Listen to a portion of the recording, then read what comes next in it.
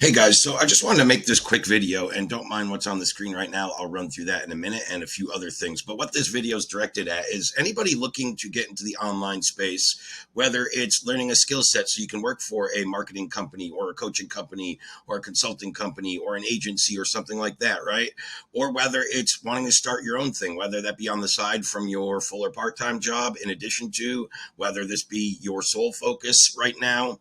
There's a lot of misinformation and misconceptions and probably a lot of info being thrown at you right now. Affiliate, MLM, start your own agency, become a coach, right? All these things that you see. What I want to show people is some of the ins and outs and the industries right now where there's legitimate opportunity and not oversaturation, or where there's a lot of false hopes and overpromising and under delivering down certain other avenues. So number one, and I'm not saying there aren't good opportunities, but number one, I pretty much stay away from a majority of MLMs. I started in that area, didn't have much success, got a real lot of overpromising and under delivering, and have spoke to hundreds, if not thousands, of different students and clients and prospects over the last 4 years that have had the same experience and never really made any money with it. Not to say there aren't some good ones. I found a few which I would certainly consider, and I've done some partnerships with, but very few and far between. And I probably wouldn't have found any of them when I was very entry level in this space. Those are ones I made more through connections and understood the product and it made sense, rather than, hey, join this program and sell all this stuff to your family and friends. They're buying laundry detergent anyway, or whatever the product is. Cable, it doesn't really matter, right? So there's MLMs, there's affiliate opportunities, which again, a lot are very, very good. You just have to know how to bring in the leads then.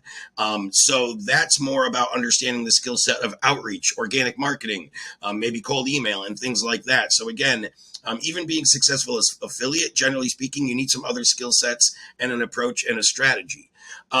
Now, the people trying to go into some of the more traditional agencies that I've seen in the last 5 years of SEO, Google ads, Facebook ads, etc. SEO, number one, I would kind of stay away from right now if you don't have a very heavy background in it and you're just kind of trying to learn it, because number one, it's super saturated. Number two, it's slowly becoming less popular for business owners to sign SEO packages as opposed to a lot of the other marketing channels and avenues and programs and offers out there. There's less money being spent toward SEO overall in the industry, in a total percentage of marketing dollars, than there was 5 years ago, than there was the 5 years before that. So that's kind of a trend I look for as well, right? With Facebook ads, there's definitely still a lot of opportunity, but it's a very saturated market. So what I always say to people running Facebook ads is, like, 5 or 10 years ago, you could be competent and get results, where now you have to kind of be in the top 20% of media buyers and Facebook ad managers and creators and such. Unless you have some, competitive advantages, some tools, some things that, people aren't aware of. And that's kind of where I'm going to go into what's on the screen here and one of the things that we do. So we started our first company, PDOCS, which stands for Pains, Desires, Obstacles, Common Beliefs, and Steroids. We started that company, and that in essence is a communication, a research, an outreach, a copywriting, and client acquisition system that can be done organically and paid. We show our clients how to utilize both. Most people start with organic until they build up some revenue, some income, and a budget, and then they also apply it to paid, and they kind of have both running in their business, which is great. But where we give brands and advertisers an advantage with the particular company and the offer that's on my screen, Audience Lab, is we are a data and tech company. So we give existing brands and advertisers, whether that's individual brands, agencies running ads for multiple clients, etc., basically anyone running paid media and paid marketing, we give them a competitive advantage, because within Google ads, Facebook ads, etc., your targeting parameters have become severely limited in the last 5, 7 years. And even more so, even in the last 3 years, there's been a lot more.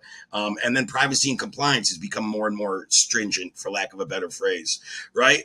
So and it's funny because I spoke to 20 business owners last week on calls, and 19 out of the 20 were doing this with their advertising when it comes to targeting. They were going to the platform, let's just use Facebook for sake of this argument, and they were clicking the little box that says, let Facebook find my ideal audience, right? Well, the problem with that, and what most business owners are highly unaware of, is that about 80% of that budget, especially the first month, the second month it's going to go a little different, but regardless, about 80% of that budget the first month is just going into testing. So there's going to be low quantity, low quality, people booking onto your calendar or signing up for your product that aren't even in the right industry or looking for that solution or that service. So there's a lot of testing phase going on, which they're doing with your money first and foremost, right? So Where Audience Lab comes in is we have our own super graph tracking 280 million users daily. We go in and build our clients custom in-market intent-driven audiences that we already know are winners.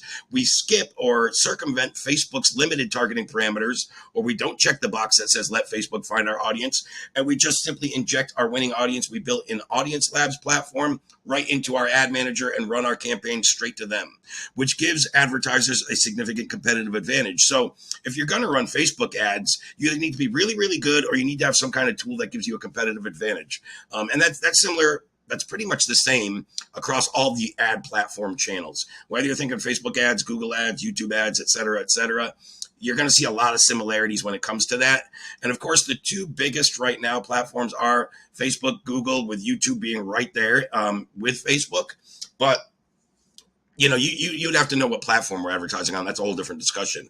So yeah, there's some things that I would like to think about. So where I was kind of going, like our first company, PDocs, I told you what it was all about and what it did. And basically when we launched that, our best clients got from say 15K a month to about 50 to 75K a month within 90 days going through our program, which is great. Now, where we came up with how we built our next offers and how we would end up being in a market that isn't super saturated, that we do have a competitive edge and we can stand out, is we took our best clients that had those results and we really assessed what they were doing next with their business. Because once somebody's from 15 to 75K, they have a whole different set of challenges to scale to the next level. And they're going to do it all kinds of different ways than they did to get from that 50 to 75K threshold. So what our clients were telling us is, Ray, now that we're at this kind of level, 75K a month and looking to scale, we're going to be putting a lot more money into paid ads rather than organic, which is where Audience Lab came from. We knew in 23, 24, 25 and beyond, if you're not using high intent first party in market data in your campaigns, your competition is, and eventually they're going to crush you and you're going to become obsolete. So we saw the value, the competitive edge, and how early in market we were. And we spent a lot of money and invested what we made on PDocs to build this out. We also built our other company called the Sales Lab, which some of you are familiar with, where I run DM setter trainings, all kinds of organic outreach strategies, as well as the recruiting, training, and placement of high ticket, top tier A caliber reps into established businesses. And again, our clients, once they got to 75K, Ray, I don't want to do the sales anymore. I need to be in fulfillment more. I need to be building this more, right? I need to outsource and build out sales teams. Okay, well, two of the three business owners of PDocs, myself, Jesse, Adam being the third, but myself and Jesse have closed over 30 million in high ticket deals. We've worked with and built out high ticket sales teams on some of the highest caliber and at the highest level in this game, and we had all the infrastructure to do it. So we took some time, built out the infrastructure for Sales Lab, which we've then developed into a good brand, bringing in significant revenue for us. So again, that's kind of a background of like looking into the market, but you want to look for things that are going to give you a competitive advantage. So if you're looking to run ads or start an ad agency, make sure you have something like this that's going to help you stand out and deliver significantly better results than your competition. Otherwise, you're always competing off the lowest price and not the best results and the best value delivered for your buck, right? To talk a little more about like what I do in my DM Setter Academy, you can see this Google Drive folder labeled DM Setter training materials, and then I have it all labeled out, right? Hey, if you get this folder and you're taking this training, number 0, start here. Number 1, how to prime your profile accordingly to represent the offer you're on.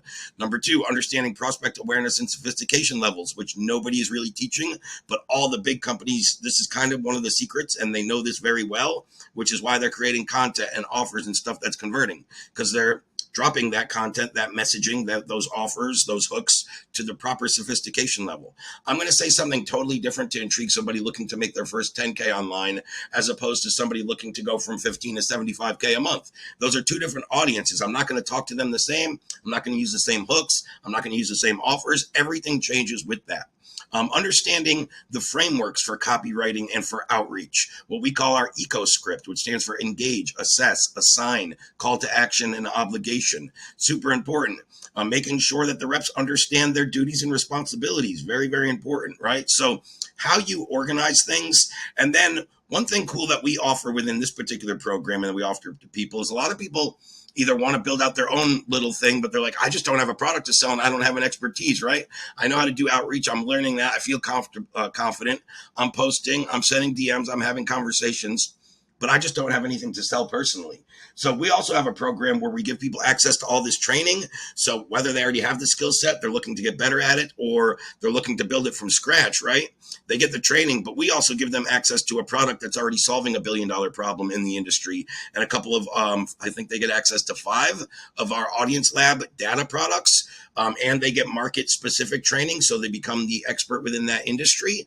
So I give you all the responsibility, I mean, all the trainings to, build out your own little data agency, for lack of a better phrase, without ever having to fulfill, ever having to work with a client to sign a contract, nothing. You just send a link. If they buy, you get your percentage back. So finding offers like that, because a lot of people get on offers and they're only booking calls, but if they don't close, they don't make a commission, or they start getting somewhere in a conversation. They're like, okay, this guy has this problem, but I have nothing to offer him, or I don't have that skill set. So also finding products that you can stand behind, that are needed in the industry, that you can go promote and get a commission for, but not have to do any of the fulfillment and the skill set. You have to be very careful finding those, though. It's few and far between where they'll give you kind of your own product to go sell, and then you'll get a kickback of every single sale. Usually it works a little different than that.